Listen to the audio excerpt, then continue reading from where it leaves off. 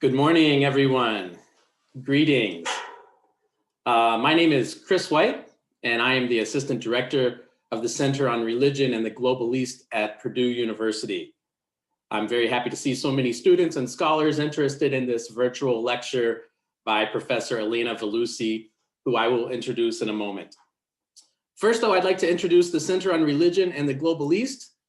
This center was first started in 2008 under the leadership of Professor Fenggang Yang, who remains the director. Initially, the center focused on religion in China and was called the Center on Religion and Chinese Society. But in 2020, we expanded our focus to the Global East, which includes East Asian societies and their diasporas.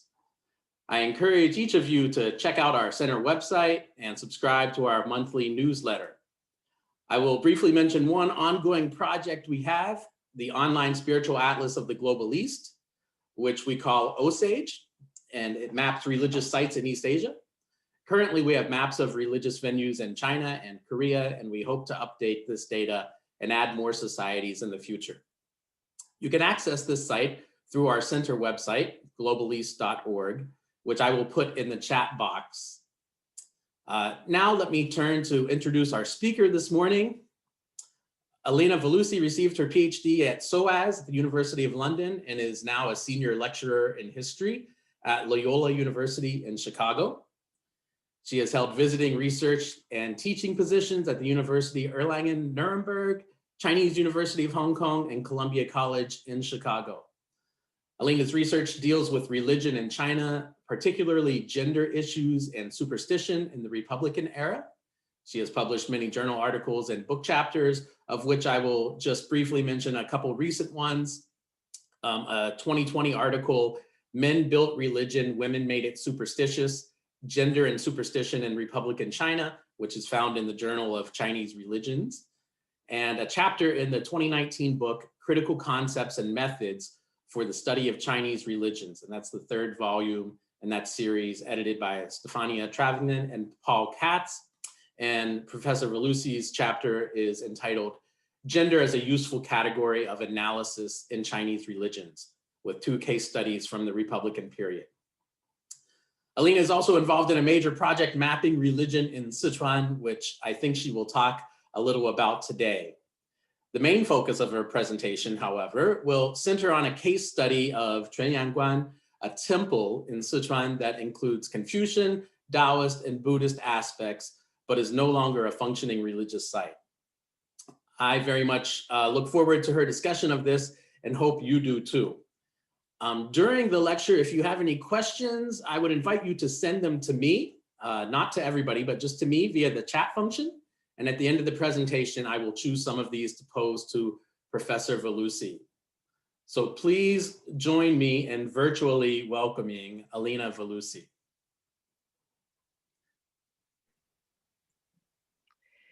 Thank you so much, Chris, for a fantastic introduction. And I want to thank you and the center and Professor Yang Fenggang for inviting me today. And I really look forward to sharing this ongoing research that I'm presenting today. So I'm going to go ahead and share my screen. So bear with me for a second.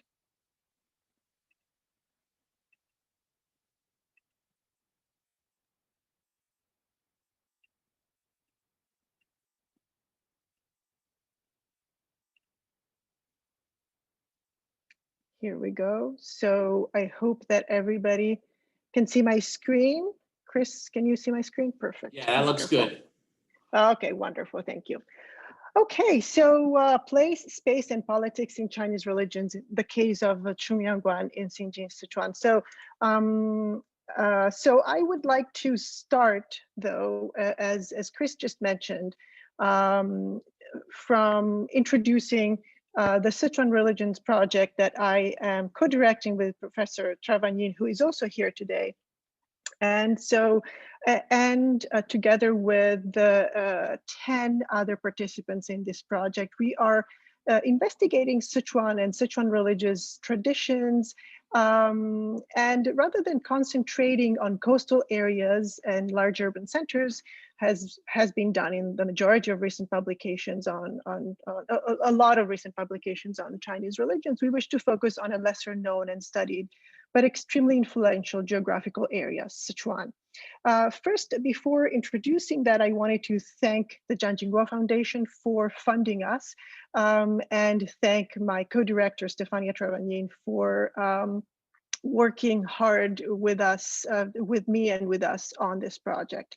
So Sichuan is traditionally considered a backwater, a marginal, a periphery of the empire, politically, geographically, and culturally.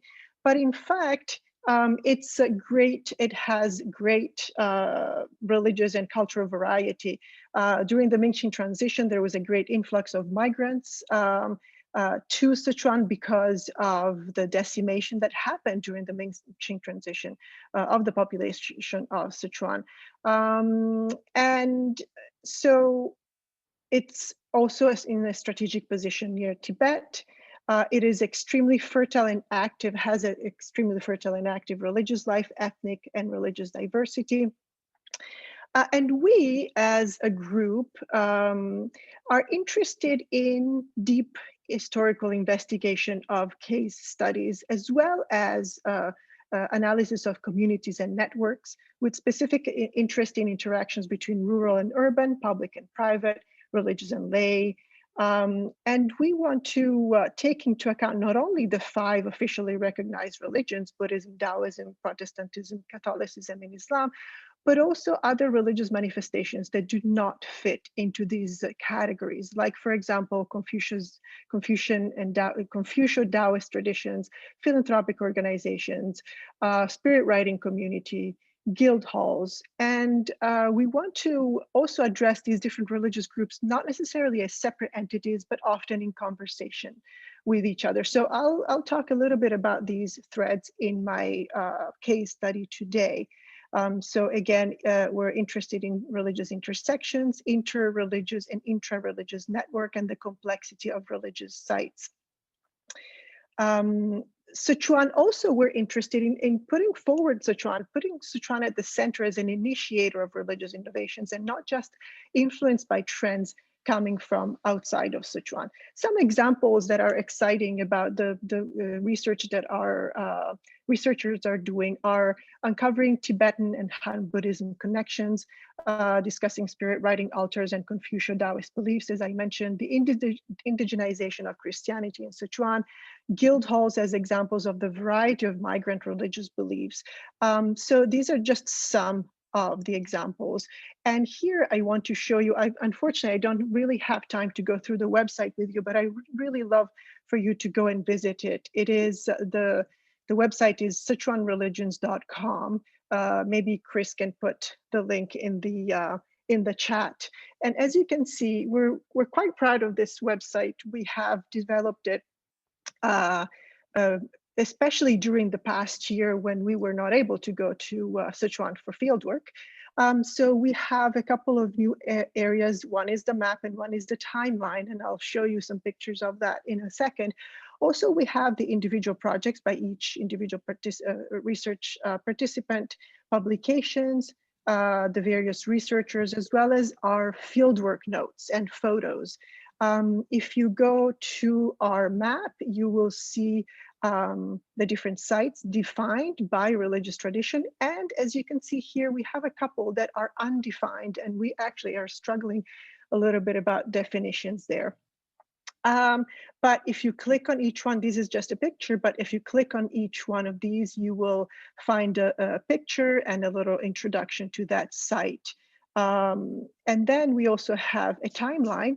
And again, you can click on each individual site here, put on a timeline, and mostly we're interested in modern Sichuan. So let's say Qing, end of the Ming, Qing dynasty and Republican period, all the way to today. And if you click on each one of these, you will see, again, a description of the site, some pictures, and a link to the researcher that is doing that study. So again, we're really happy about how this is progressing. Of course, it's a work in progress.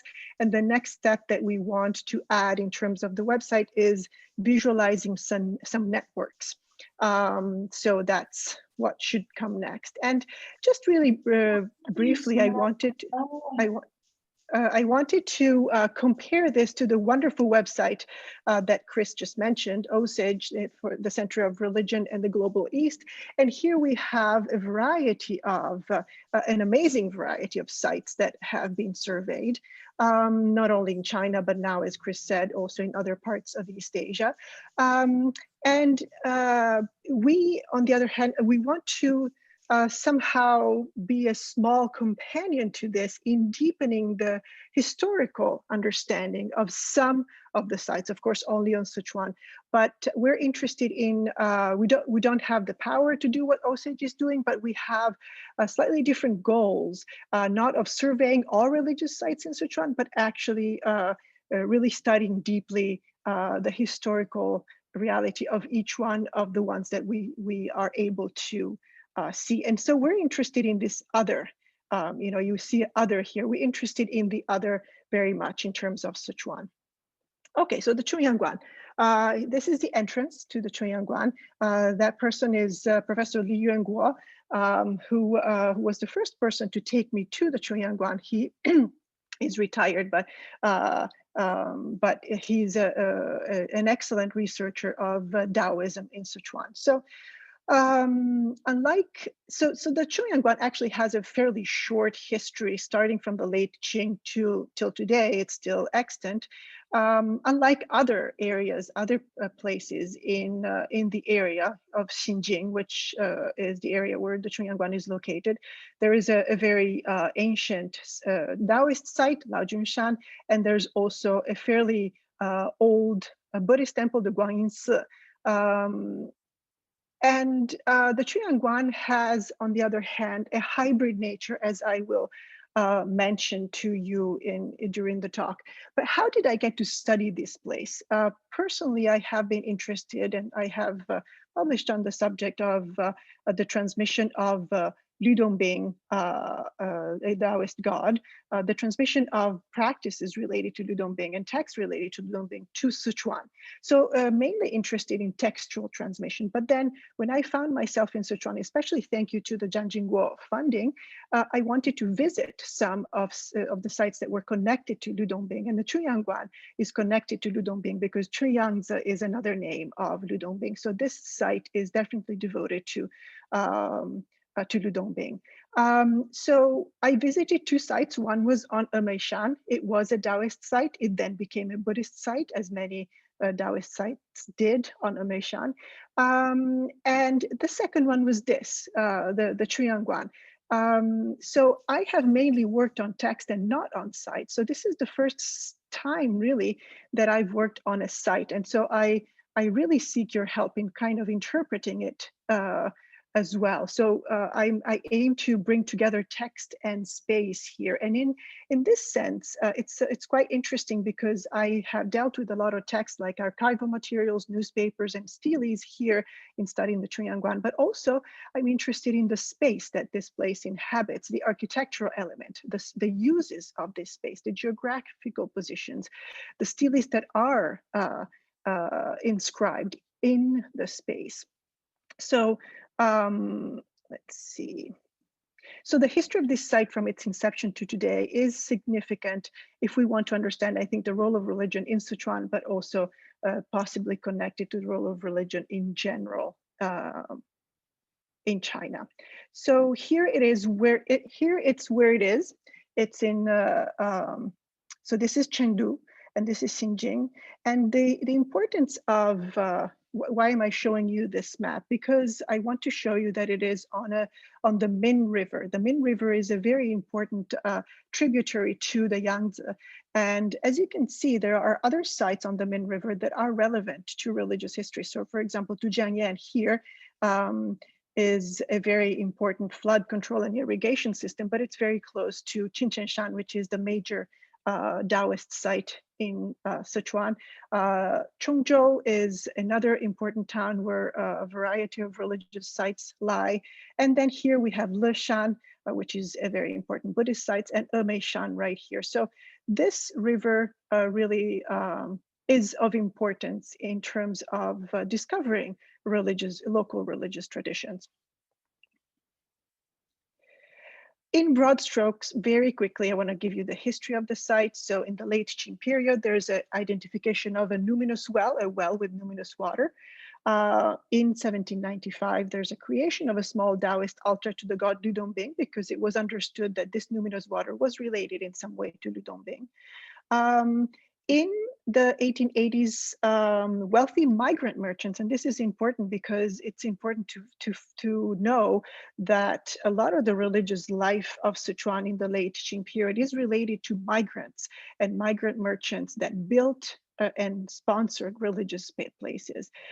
So migrant merchants and local religious groups came together, donating land and money to support this altar to Ludongbing. Then in 1917, and of course between 1907 and 1917, momentous political changes happen. Of course, the fall of the Qing happens, and instability, large instability and turmoil in Sichuan specifically. So in 1917, a philanthropic organization from Chengdu, the Zhengxintang, enlarges this temple and builds the first Sichuanese Zhongxiatang, so the Hall of Loyalty and Filiality, injecting an important Confucian discourse into the site. One thing I want to mention about this period of time is that in Sichuan specifically, there is a turmoil related to the railway association movement beginning at the beginning of the 20th century, and especially related, according to some historians, to helping the fall of the Qing. So some historians think that the railway association movement that developed in Sichuan, anti-Qing and anti-foreigner, actually had a hand in helping the fall of the Qing. So again, Sichuan at the center of political movements in this period. Also, it's clear, as I will show you, that there is a connection between this site and military elites and local military elites and larger redemptive societies. Between 37 and 45, there's the halting of the building of this large site and the conversion into an orphanage for orphans of war, and then to a girls' school. Until the 1980s, it is a military garrison and a school, and then it's taken over by the Bureau of Cultural Heritage. In the 1980s, it's unclear. There's an attempt to reclaim it as a Taoist site, but it's unsuccessful. And now it houses a memorial to war resistance and to war aircrafts, and a tea house and a place for elderly education. This is a plan for the construction that I found in the Xinjin local archives. It was not easy to actually visit archives when I went, the couple of years that I went to these different archives. It was actually fairly difficult to have any access to archives, but this was in the archives. And you can see this is a plan. So this part of the site is actually in place. This part of the site was never built because of the war. Now you see an aerial view. These two large buildings are buildings dedicated to Confucian virtues, filiality and loyalty. And back there was supposed to be the rest of the building, but it never was built. These are other buildings that there's a Confucian hall. I'll show you. There's a Confucian hall. Let's see, here is an aerial view with the labeled sites. So Hall of Filiality, Hall of Loyalty, Hall of Confucius, Wenchang, Guanti, Zhangsanfeng, Ludongbing. And then here we have a Guanyin Hall, a Hall of Ancestors, and an opera stage. If we enlarge a little bit, we see how large this site was actually. So that's the site that you just saw. And there's a direct line to another site related to this and built in the same period of time, which is the Holo Yellow Crane Tower, which is also dedicated to Ludongbing. And this is what it is today, but it's closed and impossible to get in. So this is again the entrance, and this is again my friend Yuan Guo. And then if you enter the building, it's familiar because you see guardians. If you are familiar with Chinese religious sites, it looks like a normal Chinese religious site. You come in, there's guardians, there's a courtyard with a place to burn incense and a place to burn paper money. And then I will show you also, the next is a short video of the courtyard. I hope you can see and hear. Let me know if you can't. And as you can see, though, you hear a little bit of noise, but the place is mostly actually empty, even though there's a little bit of noise in the background. And this kind of interested me, the fact that it was empty.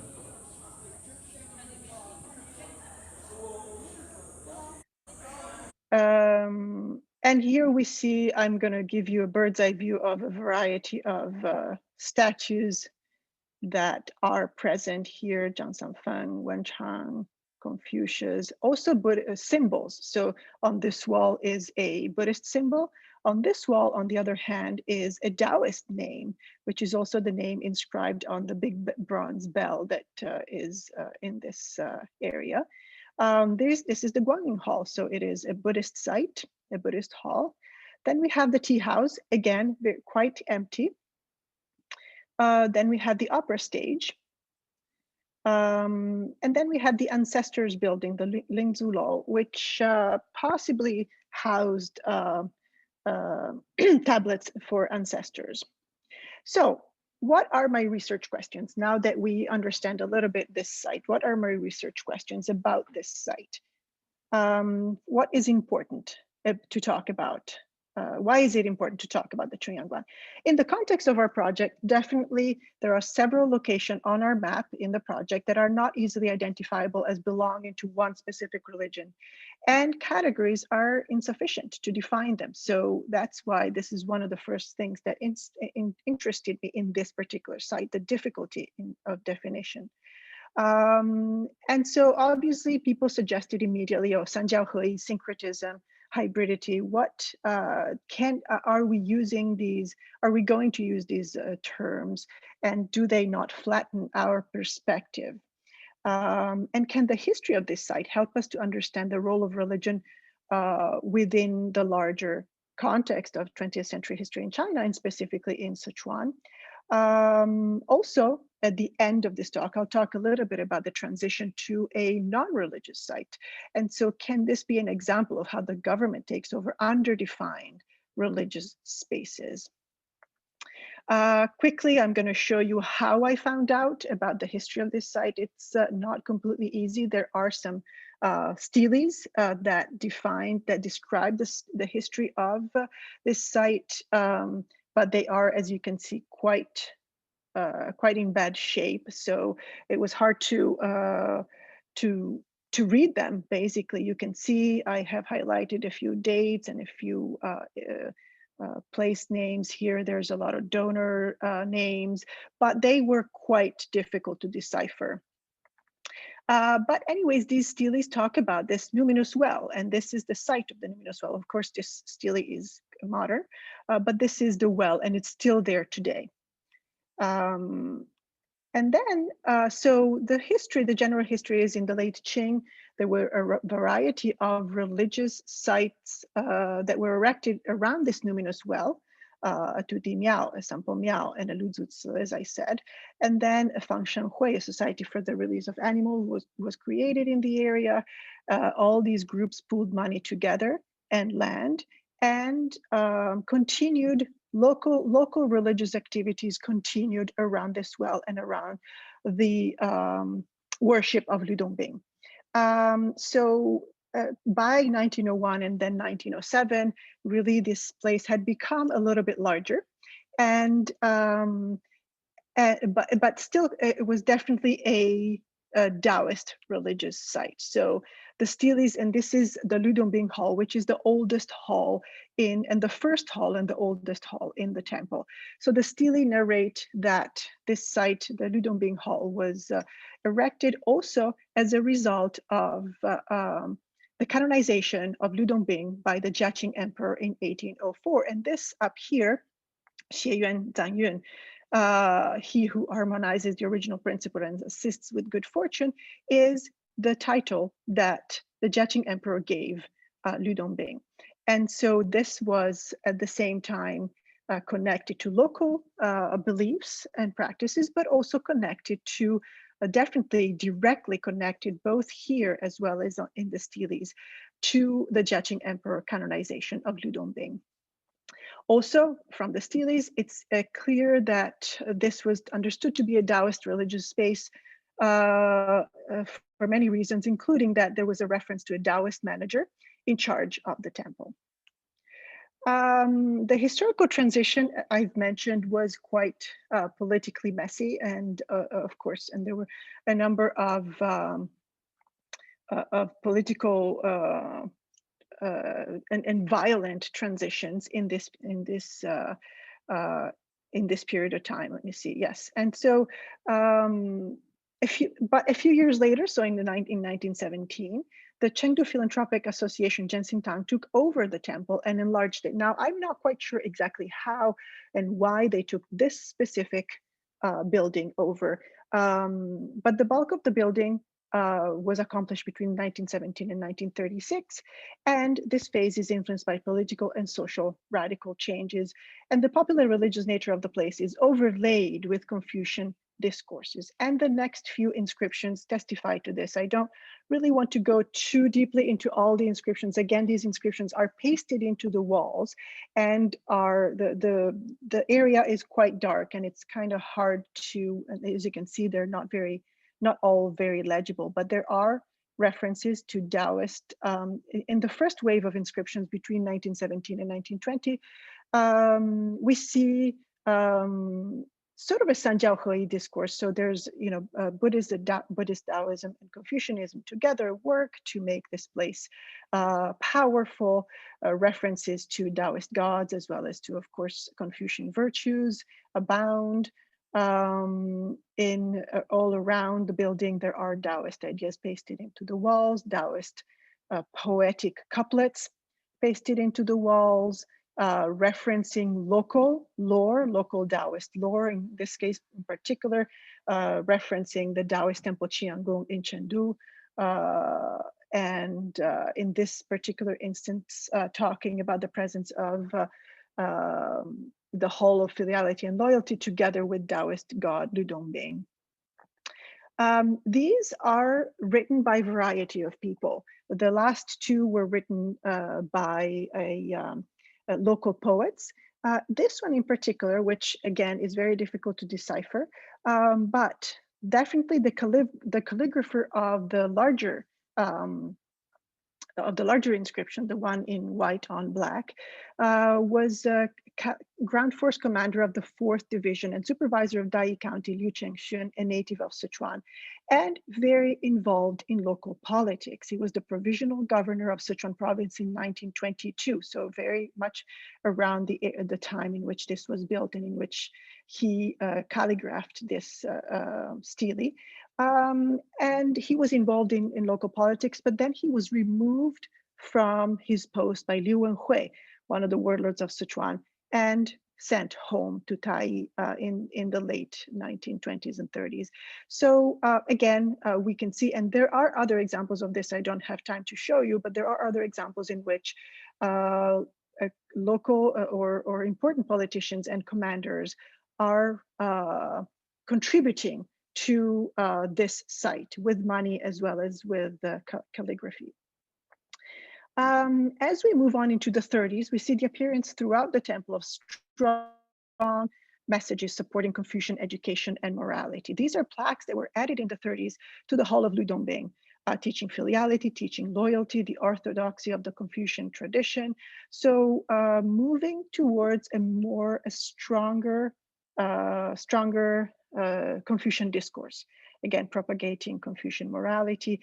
And there are so many inscriptions in this temple. I'm not going to be able either to decipher all of them or show you all of them. But one thing I do want to show you are some of these inscriptions indicate that there were local religious groups, for example, from Yibin, from Gaoxian, from Longchang, from Qingfu.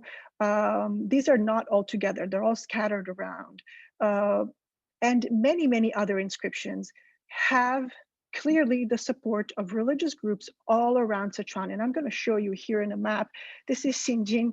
These are all the places from which donors and religious groups and people come from that appear in the Chunyang Guan. So no longer is it a local religious numinous site, but through the Zhenxintang, it becomes a Sichuanese religious site. And in fact, it starts becoming, referred as the Guiyingdi Zhongxiao ruling. So a very important place for Confucian loyalty and filiality throughout the region, not just in the area. And it is at this time that the largest buildings are built between 1926 and 1932. And here are the buildings. Here, this is the entrance to the building. I don't have great pictures of the buildings because they're very large.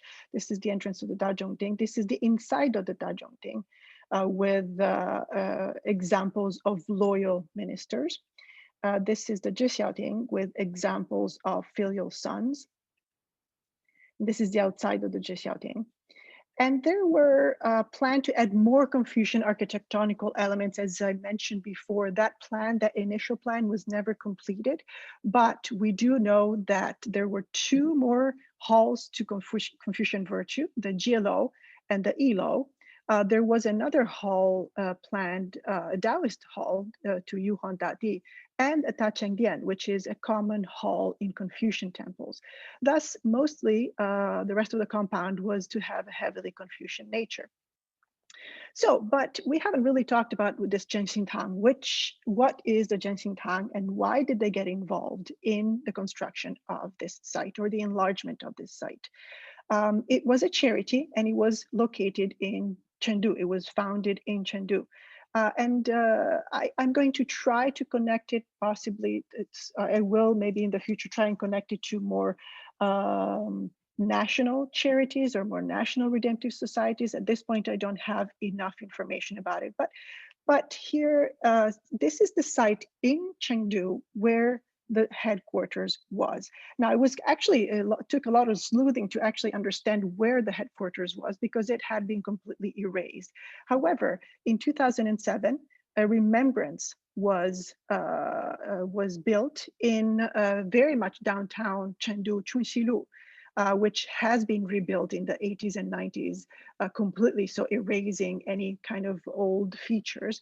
But in 2007, it was felt necessary to remember the site of the Zhenxintang. So here are small pictures of that site. It's a very narrow alley, and in this very narrow alley, you see a lot of, first of all, a lot of food stalls, but on one side, you see these pictures, you see these images of people important to the Zhenxintang. You see Confucius, and then you see images of the 24 filial exemplars. And so it's interesting that this remembrance is still there. Now, the Zhenxintang itself, I haven't visited this site. I only got this image from the internet, but apparently together with the Tachengdian, which was also a part of a destroyed Confucian temple in Chengdu, has been moved to the outskirts of Chengdu, but I have not been to this site. And it has become apparently a place for a Confucianized space with traditional cultural activities going on. But again, I have not visited this space. Now, who are the people involved in the Zhenxintang? Tang Zongyao is the main leader. There are many, many others involved, but I'm only going to talk about him briefly today because I don't have enough time. But he was Nationalist Party member of the Sichuan Provincial Assembly and the National Assembly. He was also an active member of the Sichuan Railway Association. And this picture I have taken from a newspaper clipping that describes him, as many others, as part of the Sichuan Railway Association that was not only nationalistic, but also very proudly Sichuanese, pushing for pushing against the nationalization of railways and pushing against the takeover by foreigners of the Sichuan Railway. So he was deeply involved in local and national politics. Now, here are some clips of the Xinjin, a local Chengdu newspaper, again, not very well known and not in any databases of newspapers that we have access to as researchers. So this is only found on the grounds of Sichuan University. But we do have some discussion of what the Zhengxintang does. And so mostly helping the poor, people displaced by disasters with distribution of rice and medicine, also helping orphans and women. In 1946, another Xinjin news clipping says calls for the donation for rebuilding the Chunyang Guan, especially the statues located in the Zhong and the Xiao halls. So especially specifically appealing to people to rebuild exemplars of filiality and loyalty right after the war. This document is extremely interesting and important. It is a 1950 police investigation into the Zhengxintang right after 1949, right after the takeover of the communists. As you can see, I found it in the Chengdu Daoist, the city archive. It's extremely important for the history before and after the 1949. It lists all the leaders and their background. As you can see, there's blotches of black here, where the person that handed me the photocopied document basically blotched out all the names, which was very hard for me to then identify what this document was talking about. Fortunately, going back, it was possible to see this document on the screen of their computer on site and jot down the names, and so now I know who these people are. This was hard to get, and was also impossible to get today because apparently the Chengdu Daoist does not allow researchers to do any research right now, as far as I know. So the main points that I found in this document is a 10-page document full of information about the variety of people that were involved with the Zhengxintang. In 1950, the Zhengxintang gave up all ownership of their headquarters to the local youth group, and that's not that's understandable given the political situation. It also indicates a difficult relationship with other local religious institutions like the Daoist temple Chuyanguan. There was a land dispute with the Chuyanguan. Possible connections between some members of the Zhengxintang and the Yiguan Dao, which is a large redemptive society more active in the north of China. And so I want to investigate more about that. Also, the document infers that some spirit writing activities may have been practiced by some members. There's no evidence of that other than in this particular document, and a connection to a large charity in the region called the Sichuan Chouji, the 10 completion charity. There's also various self-evaluations by Tang Zhounyao himself. He explained here that that raising money for charity is really hard. We still rely on donation and subsidies. We have to handle the problems of relief. Raising money for an urgent cause is not easy. And so at this time, because it's so difficult, as a result, we have stopped these services. This is in 1950. Of course, there were no more. There was no more support. There was no more donations coming in. Also, it describes the situation right around and the Civil War and at the Chunyang Guan in Xinjin. So it says that the temple in Xinjin was the Xinjin office of our hall before liberation.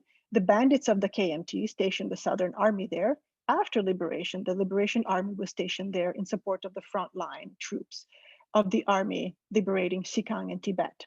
And so the temple was completely overtaken by troops. So we have this image during the Civil War of this temple overtaken by troops before KMT first and then the Liberation Army later. Why am I talking? So now I am trying to, for the next few slides, I'm going to try and connect the Jingxing and its obvious connection to charitable or charitable practices, as well as Confucian discourses, and possibly to spirit writing activities, to some precursors that we can find in Sichuan in the 19th century. And many of these precursors have been studied by people in by researchers in our group. So the larger similarities that, so these are the different groups: the Liumen, the Wenchang network, the Kongjiao communities, the Sichuan Hui charity, the Wanshotan community, and the Rutan Confucian altars. All of these, probably you have never heard of any of these. This is very local history, but all of these have similarities in their content: preeminence of Confucian morality, salvationist ideas, Daoist self-cultivation, rhetoric of unity of the three teachings, spirit writing activities, and activist-oriented values selectively drawn from the Orthodox Confucian canon. And these ideas and these similarities also, I think, pervade the Zhengxing Tang and the Chunyang Guan. So very briefly, I wanted to mention that the Confucian network has been studied by Wang Jianchuan, who's in our research group, the Liumen School by Volker Olles, who's present today and part of our group, the Wenchang Call by Hu Jiechen, who's also here today and in our research group, the Wanshotan community by myself in a previous publication. And then the Rutan mentioned by Philip Clark in a previous article, which indicates that there were spirit writing cults in Sichuan in the 1920s and 30s and called themselves Rutan, Confucian altars. So all of this indicates to me that there may be precursors to the Zhengxing Tang and to the Chuyanguan, and it's in this optic that I want to look at the Chuyanguan specifically and the activities of the Zhengxing Tang. Next, I want to really briefly bring you to some ideas of main architectural themes, because we are looking at a space. And so not only are we looking at texts, but we're looking also at a space. So in terms of main architectural themes of the Chuyanguan, what do we have? We have halls and statues dedicated to primary spirit writing divinities like Wenchang, Zhang Sanfeng, and Lu Dongbing, but also to Confucius and Buddha. The largest areas are dedicated to 2 halls for Confucian sages and for Confucian virtues. But it is not a Confucian temple. It is not a Confucian temple because Confucian temples do not have images generally, and certainly do not have images of gods outside of Confucianism. And so it's certain they wouldn't have Lu Dongbing or Zhang Sanfeng or a Buddhist hall, for example. It's not a Buddhist or Taoist temple, because even though in Buddhist and Taoist temples we do see often maybe a Buddhist divinity in a Taoist temple or vice versa, this is much more than that. So we can't really call it either a Buddhist or a Taoist temple at this time. It's not a guild hall, which is another area that I'm working on, which is part of a network of temples by migrant communities. It is not a temple to a local god, like Chuanju, for example, is a local Sichuanese god. And possibly not a Redemptive Society temple, although I've just found out that we don't really know much about temples to the Redemptive Societies temples, and I'll show you a few images of them. So this is the Beijing Confucian temple, just to show you that the Chuyanguan is not a Confucian temple. You don't see any halls related to gods in general, or to gods outside of Confucianism.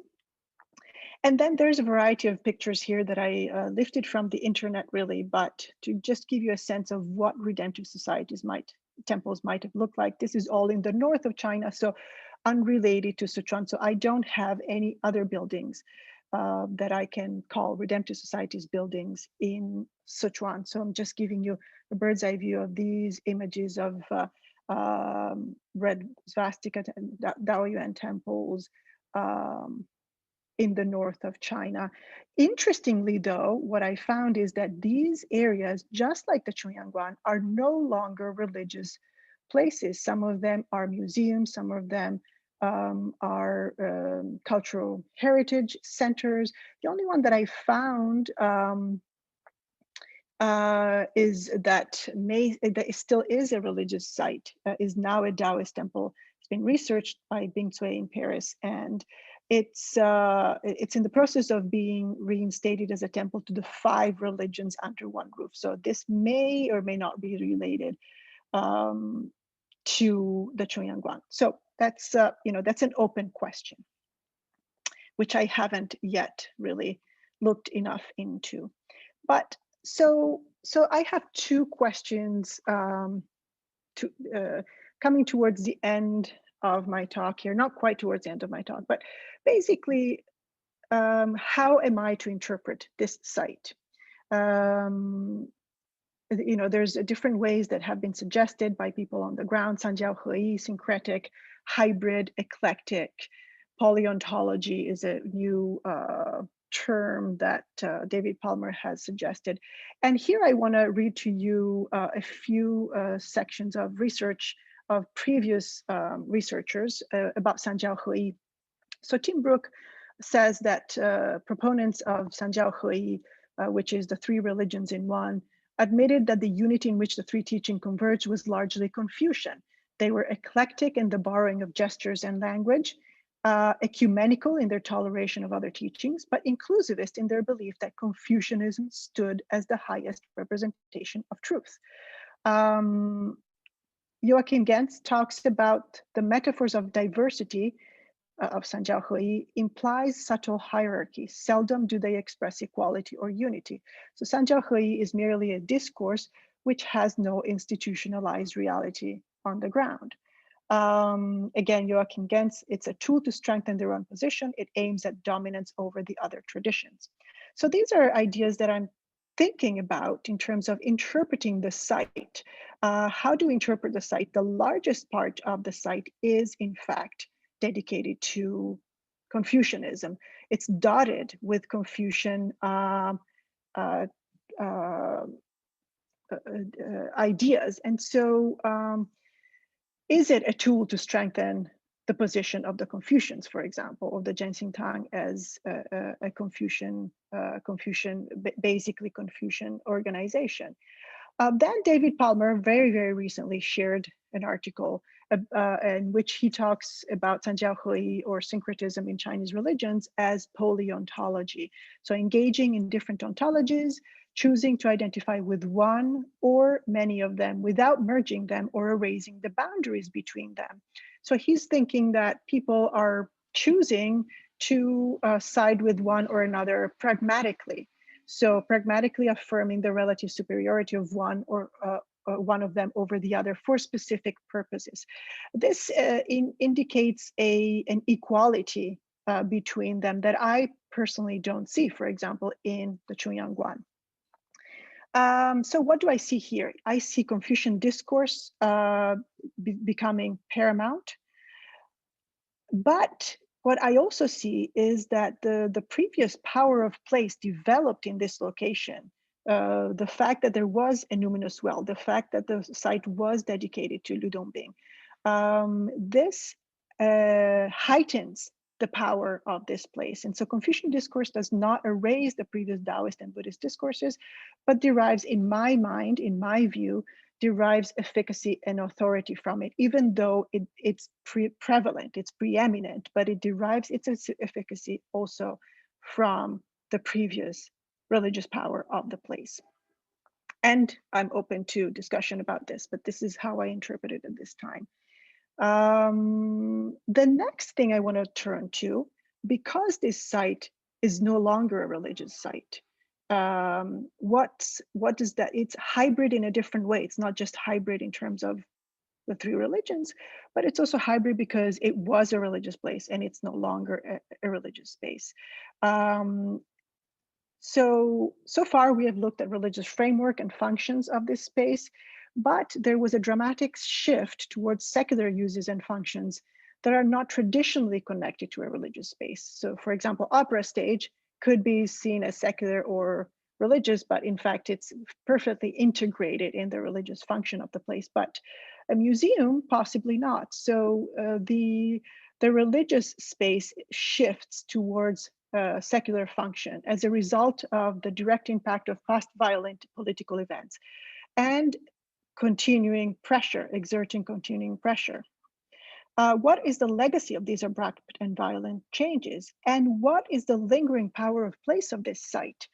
So I'm also trying to investigate, this is now not a non-religious site, but is the lingering power of place of this site conferred by its religious past used by the government to support its current non-religious uses? And again, this is a very open question. And I want to share with you a couple of things that Lily Cohn, which I find extremely inspiring in terms of ideas of sacred and secular in terms of this place, in interpreting this place. The separation between sacred and secular is more fluid than rigid, even though the sacred is often constructed and gains meaning in opposition to the secular. Place is often multivalent, simultaneous, fluctuating, conflicting investments of sacred and secular meaning exist. Also, geographic significance of examining religion, the intersection of sacred and secular forces in the making of a specific place. An example of this immediate is, for example, in this arch, we have the Tajongting on this side, and on this side is the explanation that this was also an orphanage during the war. The story of the orphanage is written here. I won't go too much in detail because I want to I want to finish so that we can actually have a chat about this. But it was the wartime orphanage was developed in March 1938 by actually the organization of Chinese women led by Song Meiling and Li Dechuan.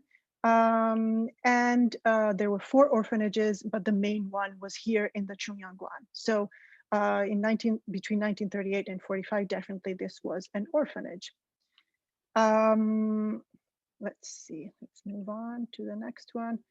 Cultural revolution and continuing erasure of religious identity, destruction of several hundred statues during the Cultural Revolution.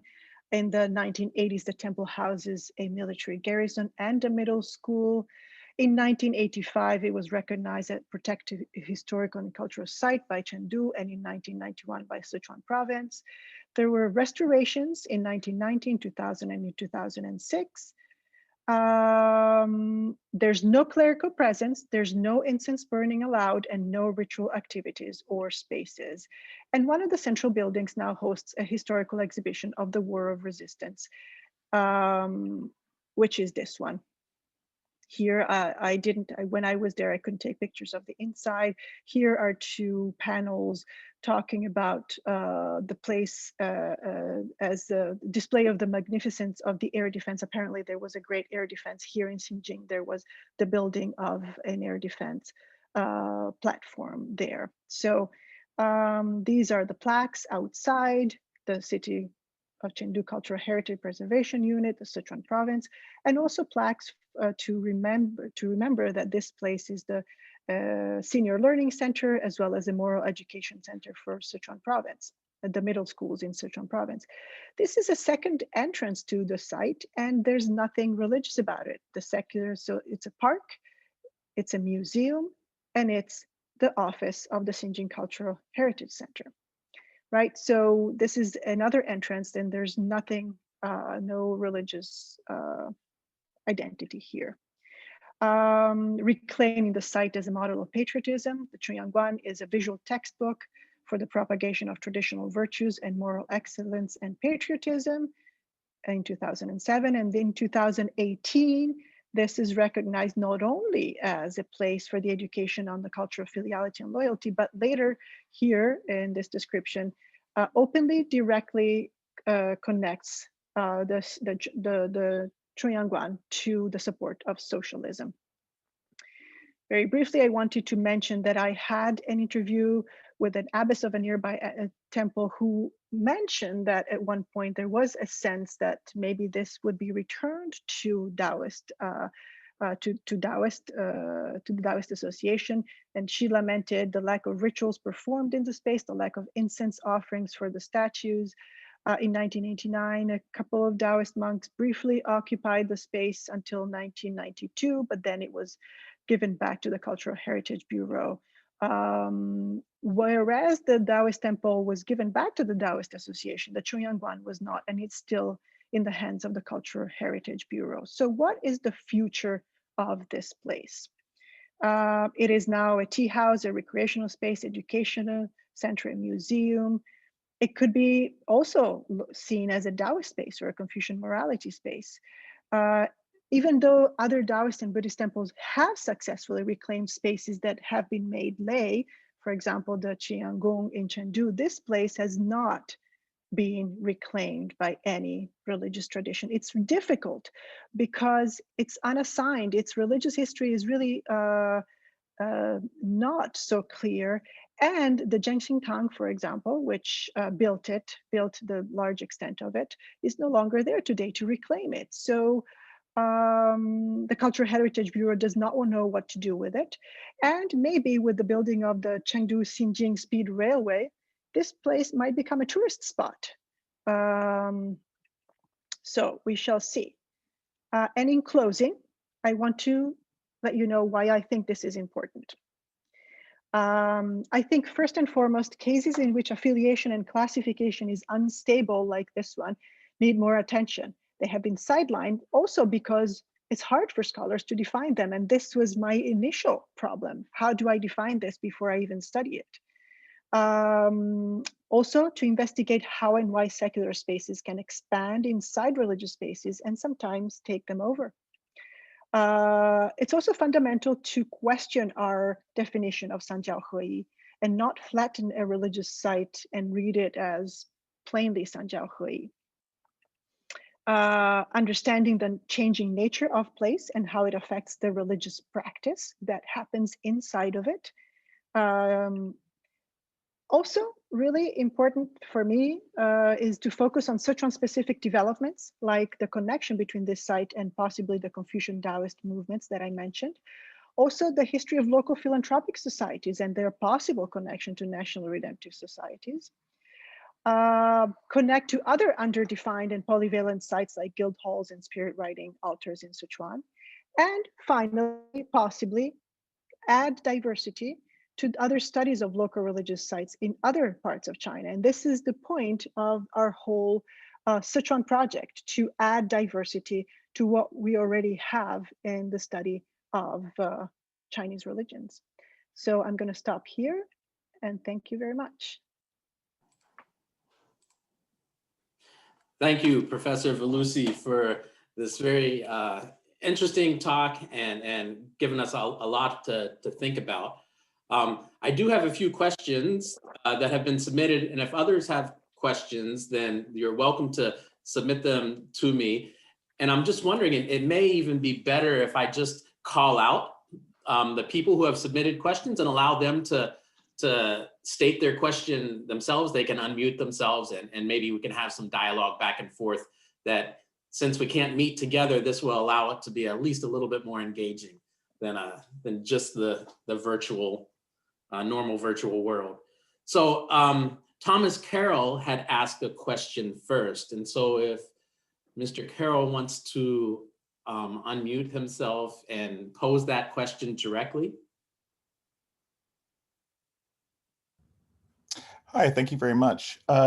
Yeah, so a really interesting talk. I really enjoyed hearing this analysis of this case study. My questions are basically about classification, and I was curious about basically the difference between, when you think about this case study, what's the difference between classifying this site historically as a religious site versus classifying it contemporarily as a religious site?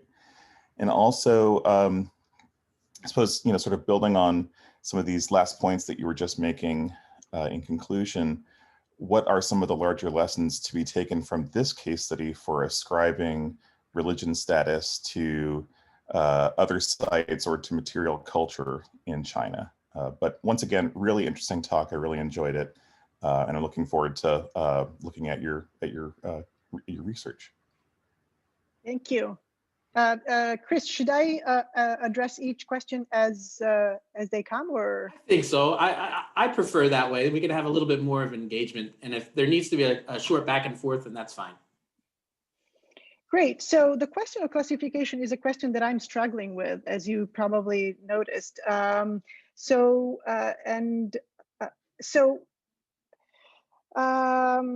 So your question was historically and contemporaneously. So in contemporary time. So historically, it seems that so there's already a variety of contenders to this site. First Daoists, and then possibly this the takeover of Confucian discourse led by this mainly Confucian charity. And so I have a hard time describing or classifying this site as either Daoist or Confucian. And so, and it doesn't, and today, in contemporary times, it is not a religious site. So, but however, I do think that it is important to see that the government is using its past as a religious site to support its power in the present, to maybe exploit its power in the present. And so that's something I wanted to make clear. Now, in terms of general, so again, I don't really have a response there in terms of classification, because the classifications that we have are, I think, not sufficient. So I have the same problem with classification when I go and study spirit writing altars, which have a variety of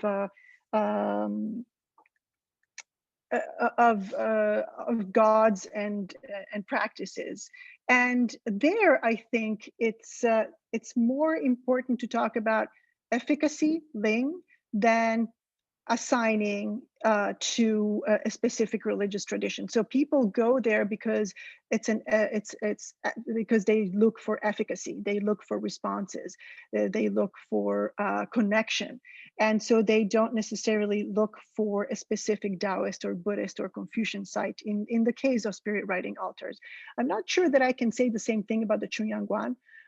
In the case, for example, of another problem site that I have, the variety of guild halls or huiguan that are religious sites of migrant communities, that is also really difficult to define because they are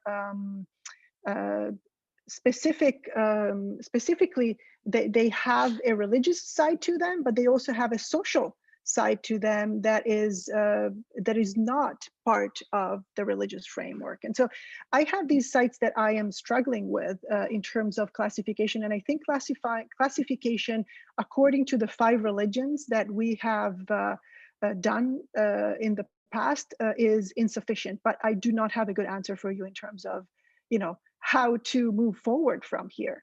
And then ascribing religious identity to sites in general today, of course, is fraught with problems in contemporary China, because again, there's only 5 religions that are acceptable, and therefore sites like these, or the site, for example, the site that I mentioned in Qiqihar, is now a Daoist site, but it wasn't Daoist necessarily. It was a Redemptive Society temple, and so in order to be registered as a religious site, they have to sign up for one particular religion, and those are the constrictions that are there in China today. I don't know if I answered your question. There's more questions than answers in my answer, really. No, thank you very much. I mean, I understand the difficulties in approaching, topics like these, like classifying. But it was just really interesting to see your case study and your thoughts on the case overall. So thank you very much. Thank you. Okay, let's move on to another question. We have a question from Volker Ole. So if you want to unmute yourself and go ahead and ask your question. Hi, Elena. Good to see you. It's late at night in China and I have a bad cold, so I have a hard time to speak to you. But anyway, I have the distinct feeling that the name Yuqing Daoyuan may be the name of a Daoist lineage. So even if Confucian elements became stronger in the Chunyang Guan, it also remained the name Chunyang Guan, which refers to Lü Dongbin, the Daoist Lü Dongbin. So don't you believe that maybe the Chunyang Guan had its own Daoist lineage of maybe ritual activities or individual self-cultivation, which was consistent into the times before liberation? So could that be? Well, how do you interpret the name Yuqing Daoyuan? So what is behind this name? That's a very good question, Volker, and I think you are more equipped to answer that question than myself. So maybe we should have a conversation about that. But so we do not have, so all the materials that you saw in the presentation are all the materials that I have about this site. And so there isn't really any other paper trail that I can access, and I can through which I can understand the Taoist history of this site. For example, it's all in the steles, and all that I can understand about this site is in the steles. Basically, there's very little. I've done plenty of searches about all of the different nomenclature of the site, but with very little result. And so, it could very well be that there was a Taoist lineage there with ritual activity. And as you well know, the Liuman was active in Xinjin. And that, the Liuman that you have studied, it was active in Xinjin, and the Liuman did have a ritual lineage and ritual practices, Taoist ritual practices. Yeah, so we don't, yeah. And so I remember a couple of years ago, I asking you if you think that the Liuman had any connection to this site, but it's almost impossible, or at least it has proven so far to me impossible to connect that ritual Taoist tradition to the Chuyanguan. That doesn't mean that it's not there. I just haven't found the evidence. So the evidence, honestly, is all in the walls of the Chuyanguan. And so, and occasionally something that I find in an archive, which is hard to come by. Okay, thanks so much. Thank you. Thank you for coming. Thanks. We also have a question from Hu Jieqian. So if Hu Jieqian wants to unmute. Yeah, great. Okay, can you hear me? Yes. Yeah. Hi, glad to see you again. And thank you very much for the inspiring lecture. Actually, my question is a very quick one, because referring to the three teachings in the temple. So I would like to ask, in its early stage, I think it's Lei Qing, right?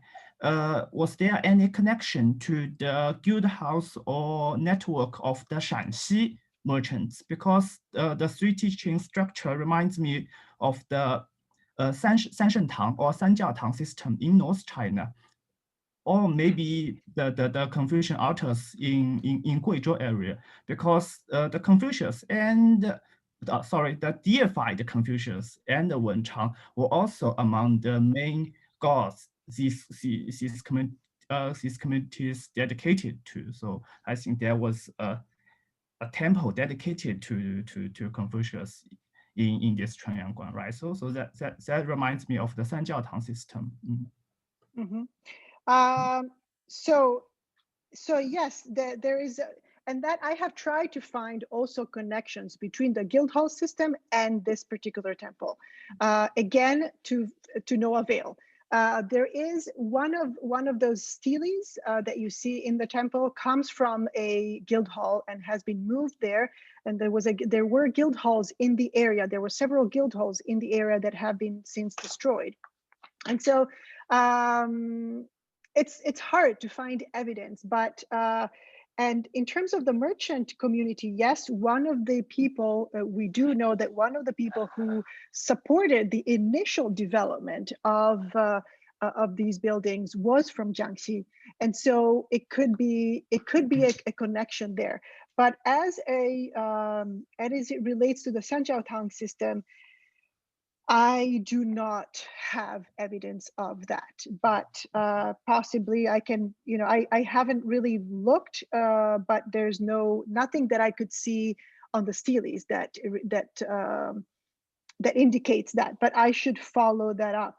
But also, it's interesting what you say about the Guizhou connection, and I know that in your research you're doing, you're looking at this deified Confucius and Wenchang beliefs in deified Confucius and Wenchang in not only in Sichuan but also in other areas around Sichuan like Guizhou. And I know that Wang Zhenchuan is doing similar work for Yunnan. So I wanted to say here as a follow-up that we're not just talking about Sichuan here. There's a network in the Southwest of these kinds of beliefs and practices that I think should be investigated more. And some of the people in our group are doing that, which is wonderful. But yeah, thank you for pointing that out. Thank you so much. Yeah. Thank you. Okay, Matthias Schumann also has a question. Matthias. Yeah, hi Elena, thank you so much for this very interesting talk. As you may have suspected, I wanted to say a little bit more about this possible link to redemptive societies, and I think that's very interesting. We had a conversation about this before, and I think so far there's been too little work on how redemptive societies interacted with local cults, local temples, and this is something that interests me very much as someone who has worked on redemptive societies for some time. And there are a lot of parallels that you also pointed to, spirit writing, Sanjiao discourse, philanthropy. But I'm wondering if the Zhengxian Tang or the Chunyang Tang were actually temples of redemptive societies. I think you would have been able to find it out, because they were usually very vocal about it. They were registered with the authorities. They were kind of officially accepted and recognized religious organizations, and they had lists of all of their branch societies. And so if that's the case, you should have been able to find it. I mean, for some of these, maybe the Kungjiao or the Yiquan Dao, it may be maybe a bit difficult because there were such large organizations. So you may have to do a little bit of digging, but in the end, I think it would be able to find it out. And so my assumption would rather be that maybe some of the leaders of this Zhengxian Tang may have also been members of redemptive societies, and that may have had an impact, because in a lot of redemptive societies, you see these military and political figures playing a very important role. And for one society that I did research on, the Wushanshi, which later turned into kind of a religious organization, which was called the Daoist Xinjiao, the new religion to save the world. We see an influx of these political leaders in the 1920s and a change to a more Confucianized discourse and kind of also publication output. So maybe this may have also been the case with the Chunyang Tang that or Chunyang Guan that kind of new leaders, new figures were coming in, maybe with a background in the Kongjiao Hui or another redemptive society. So maybe this would be a hypothesis that one could look in more deeply. As for the architecture, there are actually descriptions of redemptive society temples from the 1920s, for example, by missionaries. So these are relatively easy to locate, and they look a little bit similar, but in case of the Daoyuan or the Hongwanzehui, the Red Swastika Society, it was usually subdivided into 5 yuan or courts, and each court was presided over by a specific deity with a specific portrait or a statue. So there are similarities, certainly, but yeah, there might also be differences. But I think you would be able to find sources, both Chinese and English, to get a better grasp of the architecture of these temples. But yeah, I'm really looking forward to what comes out of your project, and hope you will find some more of these very interesting connections. And thank you again. Thank you, Matthias. That's great. All great suggestions. The second one, I have nothing to add, but I will just look for them, and I probably follow up with you and with information about those sources.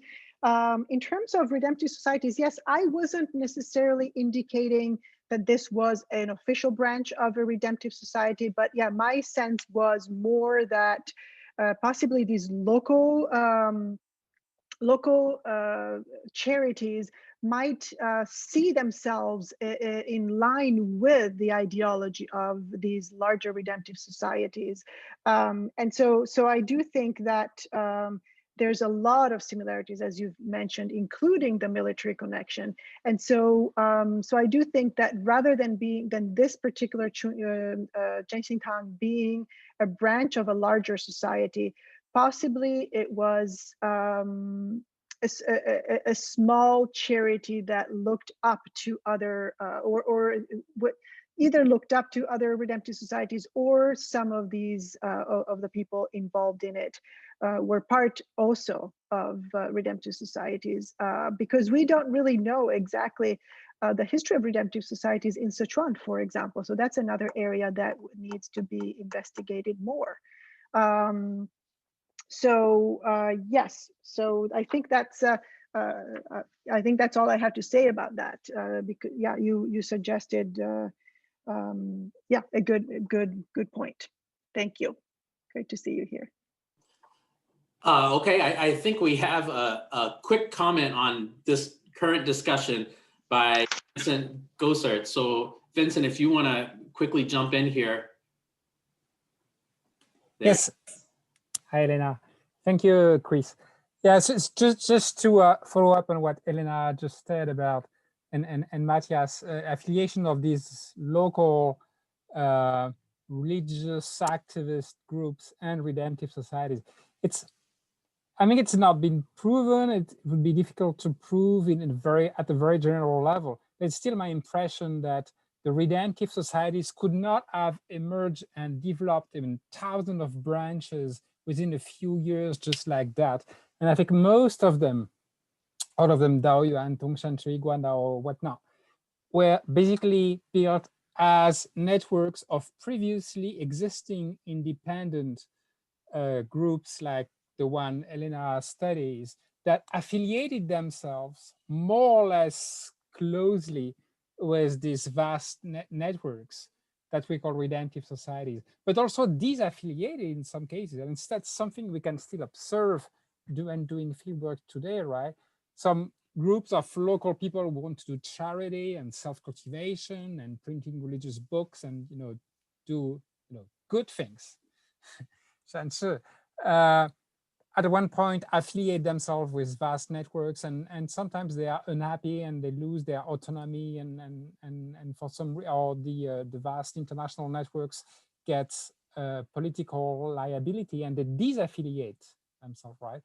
And it's very possible that the Chunyang Guan was just one of those local groups with firmly grounded in local society through these activists, that at some point became part of a network and later just became local, independent again. It's just, well, it's a possibility probably worth exploring. Yeah, thank you, Vincent. It's a great point. Thank you for being here too. And yes, I definitely agree with your assessment about the fact that it's impossible for these redemptive society to immediately or to so quickly create such large and deep networks. And also, I like the point of disaffiliation as well, not only affiliation, but later disaffiliation. So the fact that these local societies probably were able to join and then disaffiliate themselves from these larger networks at will, but that the ideas, that discourses and the ideas behind them were very, very similar. So yeah, thank you. Great. Thanks. And we have one final question by Helene Block. Yes, thank you. So I had a question about the links, potential links with Xinjin Daoism, because I work in anthropology there.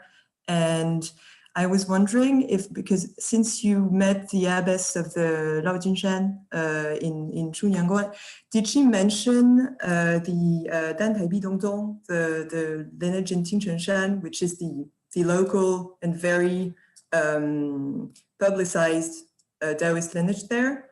And since they had a past land dispute with the Chuyanguan, which is very linked to the Dantai Bidong, especially in the 19th century, I was wondering if she talked about any links or if you saw it eventually in the police report. And also, this leads me to the future maybe of the Chunyang, because I'm hearing a lot about Xinjin and the growing Daoist community in Xinjin, especially in Laojinshan. And so I was wondering if you had any thoughts on this potential Daoist future of this growing community in Xinjin. Thank you. Yeah, so Xinjin has grown a lot because of the abbess, who is extremely capable, Zhang Zhirong, and I remember meeting her over 20 years ago, and the Laojinshan was a very small and dilapidated place, and Volker Ollis can say the same thing. We were there at the same time. She's incredibly able, and she has built, she has supported other Daoist temples, etc.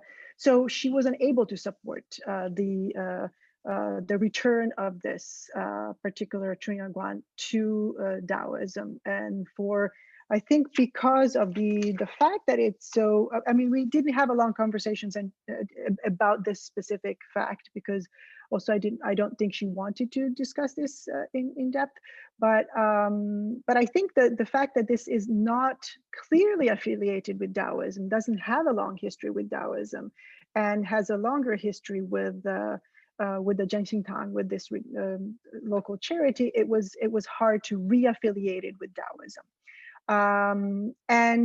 The connection, I'm not exactly sure about your a question about the connection between the Laojinshan and Chuyanguan and Qingchen. So Qingchen has a different lineage from Laojinshan, a different Daoist lineage from Laojinshan, and Qingchen also has another extremely capable abbess there that has supported the development of Qingchen, and I've known her for 20 years also, which dates me. But in terms, and the two of them are friends, they know each other well, the two abbesses know each other well. But the lineages, the Daoist lineages are different in these two these two sites. So yeah, so in terms of the land dispute, really there was only a mention of a land dispute, not between the Chunyang Guan and the Chuyanguan, but between the Zhengxingtang and the Chuyanguan. The Zhengxingtang and the Chuyanguan were both in Chengdu, and so the land dispute had to do with buildings in Chengdu, not in Xinjin. So maybe that wasn't clear in the presentation. Thank you very much. Yeah. Thank you, Elena. This was great. I really enjoyed the question and answer time too, and allowed a little bit more of an engaging atmosphere. And I'd like to thank everybody for attending the talk today, and hope that you will join with me in virtually thanking Elena for an insightful presentation, and I'm sure something that we'll be thinking about in the coming days as well.